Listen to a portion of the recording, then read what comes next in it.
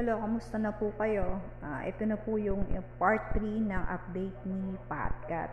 So, ito nga po, natuklasan po natin na hindi nga po naaprobahan yung ididemanda ni ate ni Patcat, si Tanchu. So, hindi nga po naaprobahan. So, napanigan po ng Chongqing District si Tanchu. So, kaya pala nakakapag-live siya at si ano naman, yung sister ni Patcat ay hindi. So, yung pinaka last live niya bago parang na-report yung kanyang account, no? So, wala siyang account sa Douyin.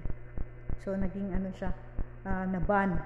So, wala tayong pinaka latest news doon kay ate ni Patcat. So, marami nga ang kumalat na yung balita tungkol kay Patcat at gumagamit yung iba ng iba't ibang picture o photos ng hindi totoong Patcat. So, yung mga nandito ay totoong mukha ni Tanchu at gayon din ng mukha ni Patcat at yung ate niya.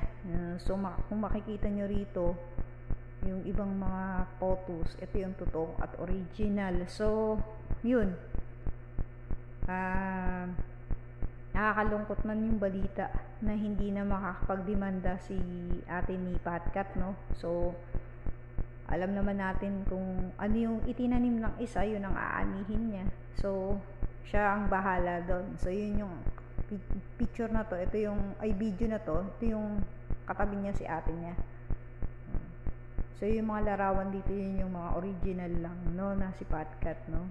Mapapawalang saysay pala yung kwento ni Patcat at yung May 7, no, na National Loyals Men's Day dahil nga sa ginawang pinaka-report nitong sa Chongqing, China, no. So, wala na tayo ditong magagawa. So, sa kanila to So, problema ng bansa nila to. So, hindi naman tayo dito sangkot.